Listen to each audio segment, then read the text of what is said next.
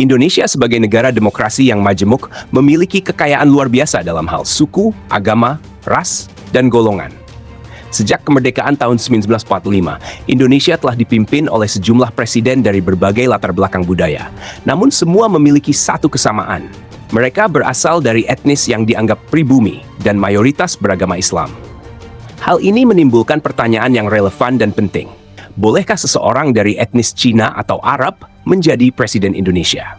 Untuk menjawab pertanyaan ini secara komprehensif, kita perlu menelusuri latar belakang sejarah politik Indonesia, peraturan hukum yang berlaku, kondisi sosial masyarakat, serta berbagai faktor yang memengaruhi peluang dan tantangan yang akan dihadapi oleh calon presiden dari latar belakang etnis minoritas.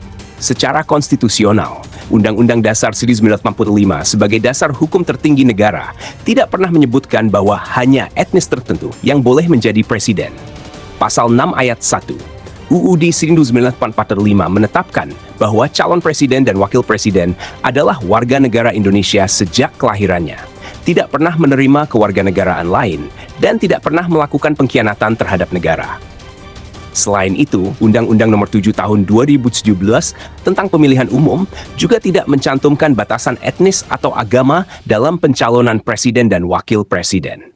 Dengan demikian, tidak ada satupun klausul dalam peraturan perundang-undangan Indonesia yang membatasi suku, ras, atau agama dalam pencalonan presiden. Hal ini berarti bahwa secara hukum, warga negara Indonesia dari etnis Cina maupun Arab memiliki hak yang sama untuk mencalonkan diri dan dipilih sebagai presiden. Namun, realitas politik dan sosial di Indonesia jauh lebih kompleks dari sekadar teks hukum. Etnis Arab di Indonesia secara historis memiliki kedekatan yang kuat dengan Islam, dan banyak dari mereka yang berperan dalam penyebaran agama Islam di Nusantara.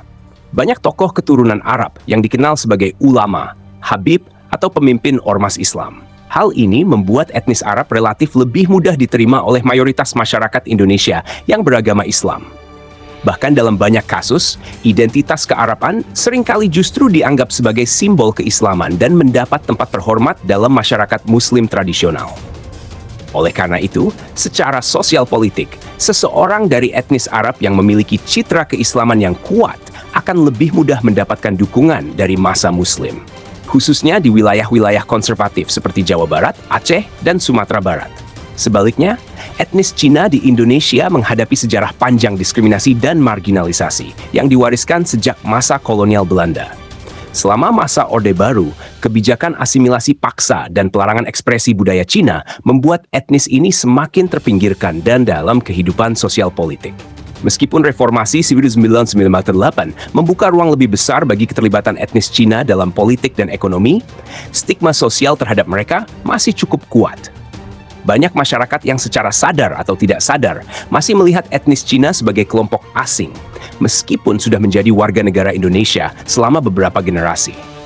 Persepsi ini diperkuat oleh dominasi etnis Cina dalam bidang ekonomi, yang sering kali memicu kecemburuan sosial dan dijadikan bahan bakar politik identitas oleh kelompok-kelompok tertentu. Meskipun demikian, tidak ada yang mustahil dalam demokrasi. Peluang seseorang dari etnis Cina atau Arab untuk menjadi presiden tetap terbuka, asalkan ia mampu membangun basis dukungan yang kuat dan diterima oleh berbagai kelompok masyarakat. Dalam praktiknya, seorang calon presiden dari etnis minoritas harus menunjukkan bahwa ia mampu merangkul semua golongan, menunjukkan komitmen terhadap Pancasila, serta bersikap inklusif terhadap kelompok mayoritas. Bahkan, kerja keras dan kompetensi luar biasa menjadi prasyarat mutlak bagi mereka untuk menembus tembok ketidakpercayaan yang masih mengakar dalam masyarakat. Jika seseorang dari etnis Cina atau Arab benar-benar terpilih menjadi presiden Indonesia, dampaknya akan sangat luas dan mendalam. Dari sisi positif, hal ini akan menjadi tonggak sejarah penting dalam proses pendewasaan demokrasi Indonesia. Ini akan menunjukkan bahwa Indonesia benar-benar menghargai keberagaman dan membuka kesempatan yang setara bagi semua warganya. Pemilihan presiden dari etnis minoritas akan menjadi simbol inklusivitas dan keadilan sosial, serta memberi harapan baru bagi kelompok-kelompok lain yang selama ini merasa termarginalkan. Namun di sisi lain, tidak bisa dipungkiri bahwa pemilihan presiden dari etnis minoritas juga dapat memicu ketegangan sosial, terutama jika tidak dibarengi dengan pendekatan komunikasi politik yang cerdas dan persiapan sosial yang matang.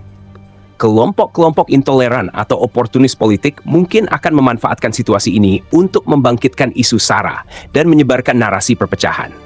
Oleh karena itu, seorang presiden dari etnis Cina atau Arab harus memiliki kemampuan luar biasa dalam meredam konflik, membangun narasi persatuan, dan melibatkan tokoh-tokoh agama serta adat dari kelompok mayoritas dalam pemerintahan dan pengambilan keputusan strategis.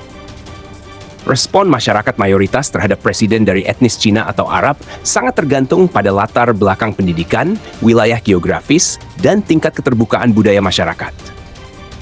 Di kota-kota besar seperti Jakarta, Surabaya, atau Medan, masyarakat umumnya lebih terbuka dan cenderung menilai pemimpin berdasarkan kompetensi dan program kerja. Namun di daerah pedalaman atau wilayah konservatif, identitas etnis dan agama calon pemimpin masih menjadi faktor penting. Oleh karena itu, dukungan dari tokoh-tokoh berpengaruh seperti ulama, kiai, dan tokoh adat sangat diperlukan untuk membangun legitimasi sosial dan menghindari potensi resistensi. Upaya pencegahan terhadap potensi konflik atau gejolak sosial, jika presiden dari etnis Cina atau Arab terpilih, harus dilakukan secara sistematis dan berkelanjutan.